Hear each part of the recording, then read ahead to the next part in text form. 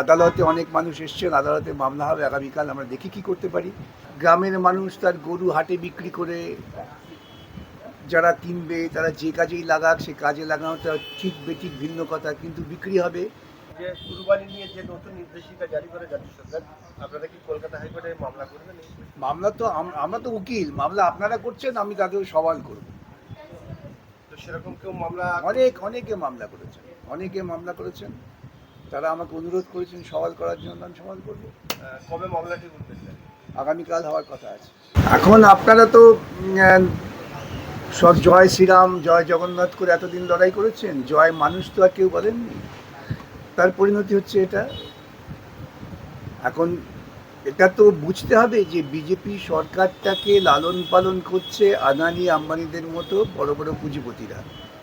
সুতরাং বিজেপি সরকার বা আগে যারা তৃণমূল সরকার ছিল তারা সকলেই তাদের সমস্ত কর্মকাণ্ড ছিল পুঁজিপতিদের তুষ্ট করার জন্য।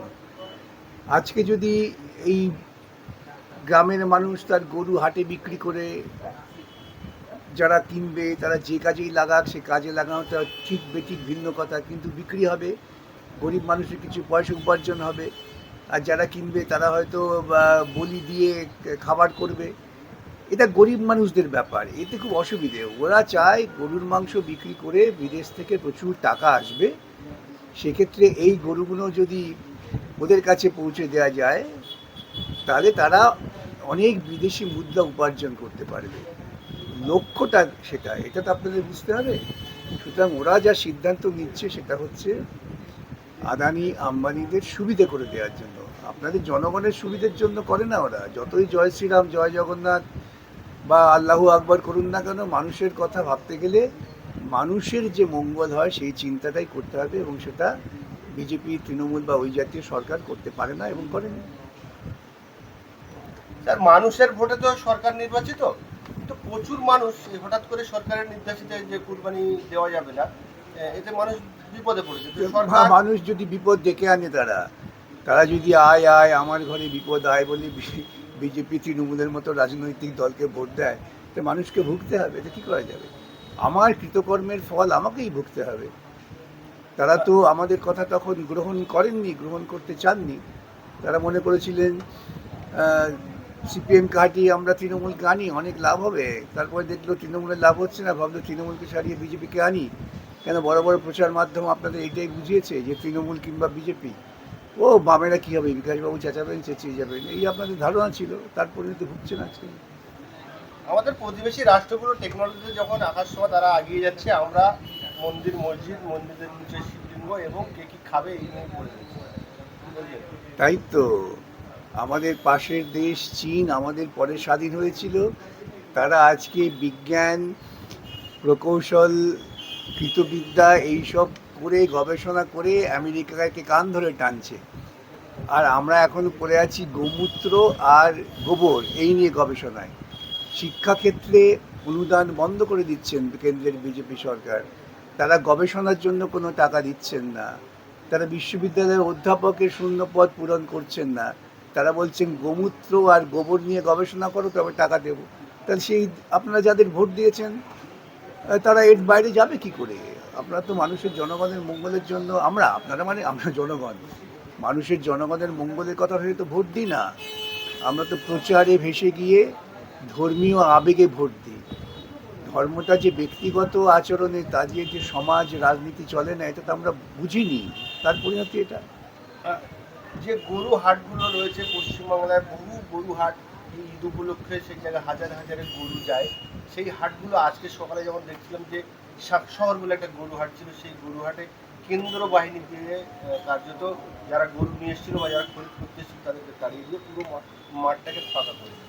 এবং তাতে সবচেয়ে বেশি ক্ষতিগ্রস্ত যে গরিব মানুষগুলো, যারা সারা বছর গরু রেখেছে, ধার করে টাকা দিয়ে হয়তো গরু চাষ করেছে বা গরু কিনেছে, তারা আজকে রাস্তায় বসে যাবে।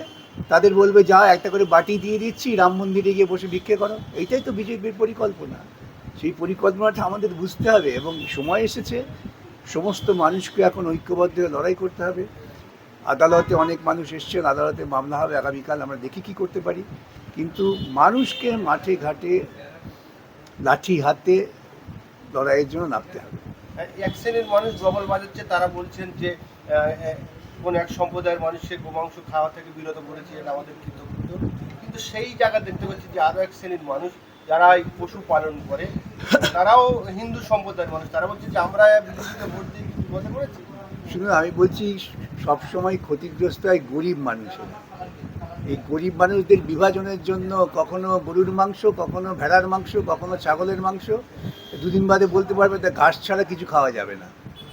হ্যাঁ, ঘাসের বাইরে অন্য কিছু খেলে আমার বড় আবেগে লাগছে, ভাবাবেগে, যে এত ঘাস থাকতে আপনারা কেন ফল খাচ্ছেন, এটা বলবে ওরা।